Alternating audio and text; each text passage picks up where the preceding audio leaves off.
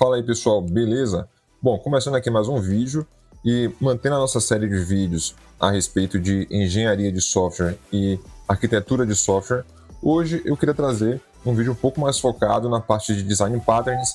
Eu estou trazendo sempre vídeos com um pouco de ferramenta, um pouco de código, e hoje eu queria falar a respeito do design pattern prototype, certo? Eu já fiz um vídeo há um tempo atrás a respeito do Design Pattern Strategy, tá? Um link aqui embaixo para vocês verem depois. E eu queria trazer uma abordagem, já tive essa proposta desde o vídeo do Strategy, né? E meu pensamento é assim, a gente tem que trazer o Design Pattern e aplicar ele para o dia atual, né? A gente tem que enxergar como é que ele funcionaria, como é que ele funciona hoje, os dias de hoje, com as ferramentas que a gente tem hoje. Naquele tempo, quando foi criado esse design pattern, né, a gente não tinha os recursos que a gente tem hoje, as linguagens se modernizaram, então assim, a gente tem que sempre levar isso em conta na hora de trazer os design patterns que foram criados naquele tempo para os dias de hoje, certo? Então eu vou tentar trazer exemplos práticos e de forma que você consiga entender o conceito por trás do design pattern prototype. Não esquece também de se inscrever no canal e deixar um like. Tá bom? Eu trouxe aqui o site do Guru, do Refactoring Guru, né? É um site excelente para quem quiser estudar um pouco mais sobre design pattern de uma forma mais didática. E ele explica aqui, né? Vou deixar também como recomendação para vocês darem uma olhada com mais profundidade aqui. Mas eu vou focar nesse momento aqui no diagrama que ele traz, explicando como funciona o design pattern prototype. E eu queria também que vocês entendessem quando que você deveria aplicar esse design pattern, né? Tem algumas situações específicas que ele vai ser muito útil. E assim, as principais motivações, né, para você utilizar esse design pattern é você ter um objeto difícil, né, de ser criado, ou melhor, um objeto que seja custoso, né, para ser criado. Ou seja, você vai gastar muito processamento, você vai precisar ir várias vezes no banco de dados para poder trazer as informações necessárias para montar aquele objeto. Você vai precisar muitas vezes fazer muito acesso de I/O, né, de baixar algum arquivo XML. Enfim, você tem um objeto que custa muito para ser montado, para ser construído, e toda vez que você tem um request no seu servidor, na sua aplicação, por exemplo, você precisa montar esse objeto, e você percebeu que você conseguiria utilizar praticamente o mesmo objeto em requests diferentes, né, para cada usuário. Se você tiver uma aplicação que cada usuário faz um request e você precisa montar esse objeto que é custoso para montar, para criar, e isso está levando, sei lá, 200 milissegundos, 300 milissegundos a mais só para montar esse objeto, você pode utilizar o prototype para aliviar o peso no seu servidor na hora de criar esse objeto utilizando os clones, né? Então, basicamente, o prototype é para você poder clonar objetos e, sei lá, de 300, de 200 milissegundos, você vai cair para 20 milissegundos, 50, para apenas clonar um objeto. Você não vai precisar mais fazer request em banco de dados, você não vai precisar mais trazer um arquivo XML do seu servidor para montar esse objeto. Então, assim, isso ajuda bastante, né? Então, você tem um objeto que é difícil de montar, custa muito para o seu servidor para ele montar aquele objeto, e você tem requests a todo momento, e montando esse objeto, você pode utilizar o prototype. Você cria uma vez o objeto, salva ele em memória no seu servidor, naquela instância do servidor, e aí no próximo request você vai clonar esse objeto e utilizar esse clone. Uma outra situação que é difícil de você lidar é quando você precisa clonar um objeto, mas você não tem acesso às informações internas desse objeto, aos atributos internos desse objeto. Então, por exemplo, no próprio site aqui do Guru, tem essa ilustração aqui que eu acho bem interessante sobre isso, né? Você vê que ele fala que você acha que consegue copiar esse avião, aí um mês depois ele conseguiu copiar, né? De certa forma, visualmente, por fora, vamos dizer assim, tá igual, mas internamente você sabe que está totalmente diferente. Então, você tem objetos que têm atributos privados, por exemplo, e você não consegue simplesmente clonar esses objetos, pegar o mesmo objeto e atribuir, né, os atributos desse... Atribuir os atributos é foda, né? Mas pegar os valores e atributos desse objeto e atribuir no objeto clone, né? Porque você não tem acesso direto às informações internas. Então, se você tem um objeto que ele é clonável, você consegue extrair essas informações e montar um objeto novo, né, seguindo justamente o design pattern do prototype. Então, para sintetizar aqui o que eu acabei de dizer, né, você tem as situações que você geralmente utilizaria. A primeira é objetos com alto custo na construção. Uma outra situação são objetos que possuem atributos privados. Outra situação, às vezes você está trabalhando com uma SDK, né, uma lib dentro do seu projeto, que você faz um acesso à API dessa lib e ela te retorna um objeto e você não sabe em tempo de execução, né, em runtime, qual é o objeto que está sendo retornado. Pode ser, digamos que ele retorne um objeto user ou um objeto account, a depender da situação, e você não sabe, né, qual vai ser o objeto, mas independentemente do objeto, na lógica da sua operação ali, do processo que você está trabalhando, você precisa clonar esse objeto por alguma situação, né? Até um recurso de clone mesmo, de duplicar uma informação, né? Você tem uma interface que você quer duplicar uma conta, um usuário, e você tem um controller que recebe essa requisição, passa isso para um serviço e você não sabe qual vai ser o tipo retornado dessa SDK que você está trabalhando, se é um account ou se é um objeto user, mas você sabe que esses dois objetos eles possuem um método clone, por exemplo. Então você consegue clonar esse objeto sem necessidade de saber qual é a classe que aquele objeto pertence. Você não precisa instanciar diretamente um objeto que está dentro dessa lib, né? Como é que eu posso dizer? Você de fora dessa lib, né? Você criar um novo objeto do tipo user, que é um objeto específico usado dentro dessa lib. Você estaria criando uma nova instância do lado de fora dessa lib, né? Você estaria criando uma nova instância diretamente no seu código para poder clonar os dados. Então, essa também é uma opção, né? Se você não sabe a classe do objeto em tempo de execução. Que construção. É muito comum também você precisar utilizar isso em front-ends. Digamos que você tem uma tela, você exibe para o usuário um botão no topo da tela com alguma informação, né, de submeter um formulário, ou qualquer que seja o botão, e você vai exibir depois desse botão outras informações ou campos de formulários para serem preenchidos, e no final você quer exibir o mesmo botão, porém sem o nome, com um título diferente. Em cima é enviar e embaixo é submeter, ou só um botão OK, por exemplo, ou avançar. E você não precisa, você criou esse botão uma única vez lá no React, no Angular, enfim, qualquer que seja a biblioteca de front-end que você está utilizando, você constrói esse botão, coloca as cores, as informações, você coloca lá o on-click, o que é que tem que acontecer quando o usuário clicar nesse objeto, né? Configura os eventos, tudo certinho. E lá embaixo você precisaria duplicar o mesmo código ou recriar, né, para recriar esse objeto, somente trocando o texto que vai ser exibido. Nesse caso, se você tem a opção de fazer um clone do objeto, você só chama o mesmo objeto, o botão.clone, e altera, né, nesse novo clone que você fez, o atributo específico que você precisa. Eu vou mostrar alguns exemplos práticos aqui, vou mostrar exemplos em Python e Django, mas todos esses exemplos servem para qualquer linguagem, servem para qualquer framework que você está utilizando, sempre mantendo em mente esse detalhe, né, que você tem que conhecer como funciona o padrão, o design pattern que você está querendo aplicar, mas você não precisa seguir à risca 100% a forma que ele foi aplicado no livro, porque hoje em dia você tem recursos que não tinham naquela época. Então você pode usar do jeito que está lá no livro, mas você pode adaptar para os dias de hoje, você pode adaptar para a linguagem de programação que você utiliza, desde que você mantenha, né, você sabe por que você está utilizando aquilo e você sabe por que você está alterando e adaptando aquele padrão, certo?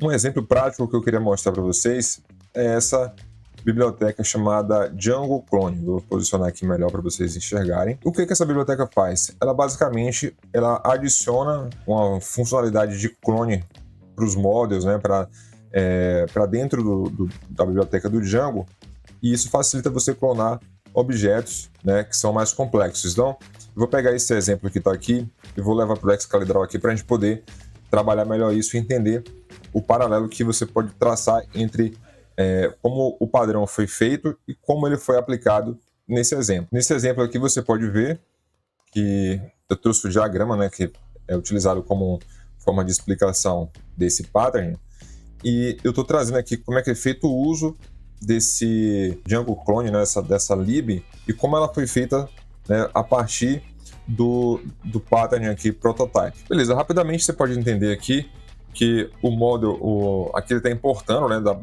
dessa biblioteca um clone mixing, e está fazendo uso aqui do clone mixing dentro desse test model. E eu já expliquei sobre os Django models, o ARM do Django, tem uma aula aqui embaixo completa sobre isso, não vou entrar em detalhes aqui, mas basicamente isso aqui é uma definição de um model chamado test model, uma classe test model, e dentro dela você tem um atributo title e tem um atributo, entre aspas, né, um atributo tags, que nada mais é do que um relacionamento de um para muitos com muitas tags. Então, basicamente, o test model pode ter muitas tags. E aí, o que é que tem aqui, né? Você vê que ele importa o clone mixing e ele faz o uso do clone mixing aqui dentro como se fosse importando o clone mixing para dentro dele. Então, você está basicamente dizendo assim, traz os recursos que esse clone mixing tem e aplica ele para dentro do meu test model. Então, agora o meu test model, quando você faz o uso do clone mixing dessa forma, né, ou de qualquer mixing, né, você está trazendo para dentro do seu model qualquer funcionalidade que existe aqui. Então agora o meu test model possui alguns outros métodos que eu vou mostrar aqui embaixo, que eu não preciso implementar manualmente, ele já está implementado e já existe, já está disponível para ser utilizado em qualquer objeto do tipo test model por conta dessa importação que eu fiz do clone mixing. E comparando aqui com o diagrama, você vê que o test model ele é equivalente a esse concrete prototype. O client aqui é a outra classe que está utilizando o test model. Eu mostro isso aqui embaixo, né? Já vou mostrar para vocês o exemplo do uso, né? Quando você instancia o test model e faz uso desse test model, né? Quem faz essa instância e uso desse test model é o client. Então, o client pode ser, por exemplo, um controller, se você estiver trabalhando com MVC, que instancia aquele model e faz uso daquilo. Ou no caso do Django, ele utiliza o nome de views, né? Então, a view instancia um model e aí ele faz uso daquele model. Então, a view, nesse caso, vai ser o client. E aí, o concrete prototype vai ser o test model. E quem é essa interface prototype? Nesse caso, a gente não está utilizando uma interface prototype, mas a gente poderia meio que comparar essa interface prototype com esse próprio clone mixing, né? Porque, assim, a gente está herdando, entre aspas, ou importando aqui, no caso, o test model está importando o clone mixing, e aqui, no caso, na implementação do livro, ele fala para você criar um objeto que implemente a interface que está no prototype.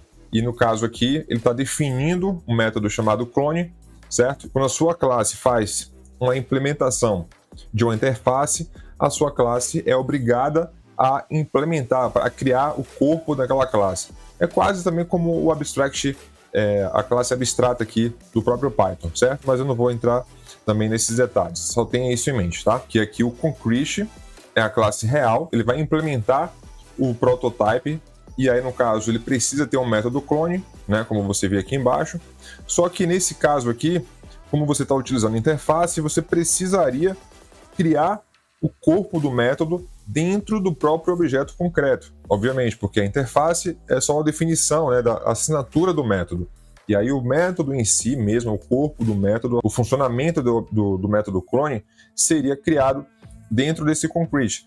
Porém, aqui no caso, como a gente está utilizando esse clone mixing, ele está importando o clone mixing, e o clone mixing, por já saber como funcionam os models do Django, ele já sabe como implementar um método clone, por exemplo. Então você já traz o método clone pronto para ser utilizado aqui dentro. Você não precisa definir aqui dentro o método clone e como ele funcionaria, já que você está lidando com o clone de um model aqui, você sabe como isso funciona. O clone mixing já sabe como realizar os clones dos models do Django, certo? Como é que ficaria aqui a implementação real? Vamos mostrar aqui como seria agora o client, né, utilizando esse concrete aqui. Bom, o client que vai utilizar esse test model, né, basicamente ele faz o que aqui? Eu estou criando uma instância test object, né, uma instância da classe test model, um objeto novo, né, aqui no Django, objects.create e o title, já expliquei, já falei, e aí tem um link aqui embaixo para você entender melhor sobre o ARM do Django, mas é muito simples de entender o que está acontecendo aqui. Eu estou criando um objeto do tipo testModel. E aqui embaixo ele está verificando qual o ID desse objeto, né? TestObject.pk, né? Primary Key, ele retorna o ID 1, porque acabou de criar um objeto novo, já salvou no banco, né? Com o método create, e ele tem o ID de número 1. Embaixo aqui, ele faz agora TestObject.title para verificar o título se bate, né? O título, o retorno aqui, o output é o título que foi definido.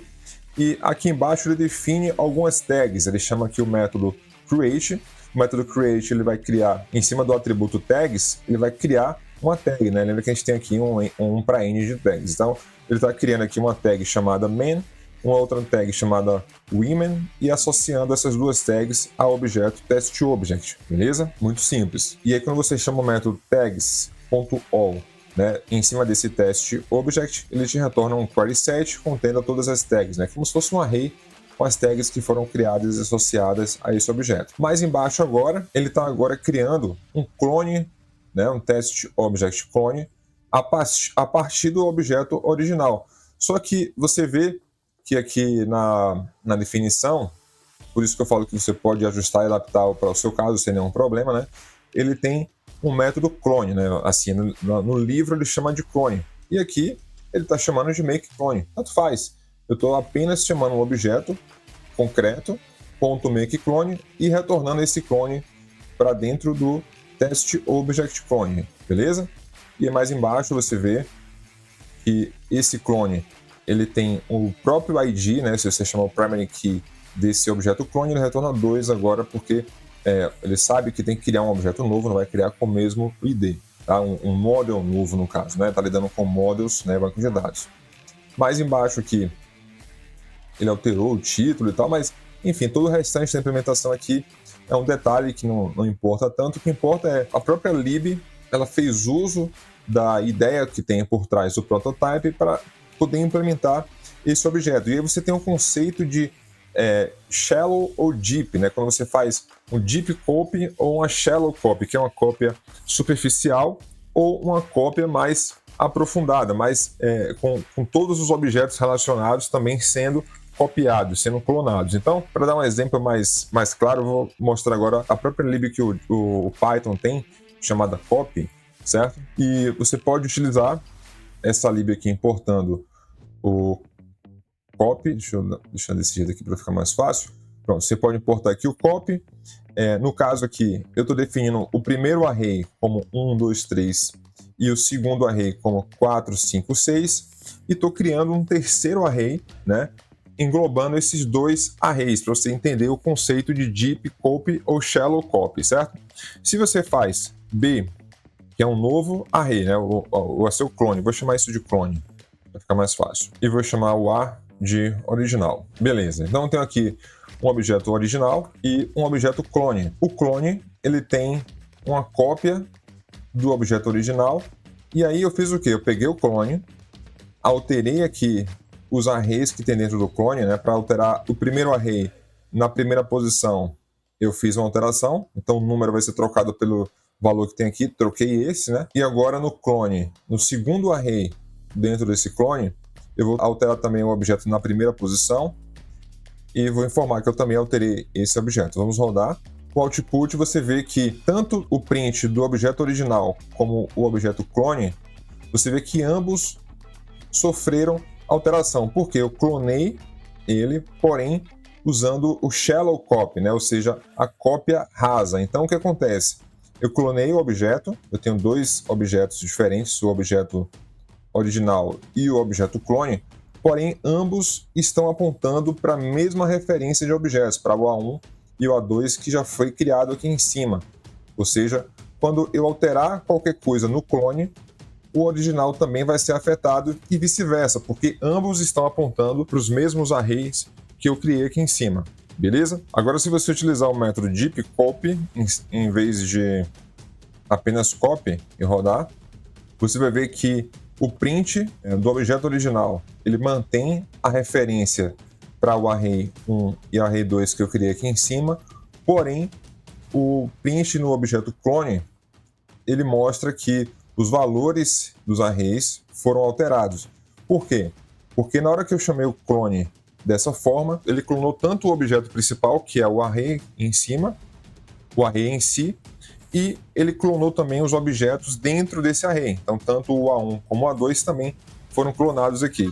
Então, é importante você ter isso em mente quando estiver trabalhando com clonagem de objetos, e principalmente se você estiver trabalhando com acesso a banco de dados, com referência a banco de dados, para você não duplicar. Por exemplo, você tem um cliente e tem endereço, e você vai duplicar o cliente juntamente com o endereço dele. Você não quer que o clone também tenha acesso ao mesmo dado de endereço. Você quer que o cliente original e o cliente clonado tenham, cada um deles, uma referência para um objeto de endereço diferente, para um address diferente. Então, é importante que você tenha isso em mente quando você estiver trabalhando com clonagens, com prototype, que isso também já é trazido no próprio conceito do design pattern em si, né? De deep copy, o deep clone, e o shallow, né? O shallow clone ou shallow copy nesse caso aqui. Beleza? Então é isso, espero que vocês tenham gostado do vídeo, que vocês tenham entendido como utilizar o design pattern prototype para os dias de hoje, né, para a sua ferramenta especificamente, para a sua linguagem de programação. Se você quiser aprender tudo sobre o design pattern strategy, eu tenho um vídeo completo, um aulão completo com mais de 1 hora, assim, detalhando completamente como você utilizar. Vou ver se deixa o card em alguma posição aqui em cima. E se você quiser entender tudo também sobre Clean Code, eu comecei também uma série de vídeos explicando sobre como você trazer os conceitos de Clean Code para dentro do seu projeto, né? Para o mundo real, para o mundo de hoje, na prática, sem que você tenha que ficar preso ao que está no livro. Deixe seu like, se inscreva no canal e compartilhe esse vídeo com todo mundo que você acha que vai fazer bom proveito desse conteúdo. E tendo qualquer dúvida também pode deixar um comentário que eu farei questão de responder. Beleza? Até a próxima.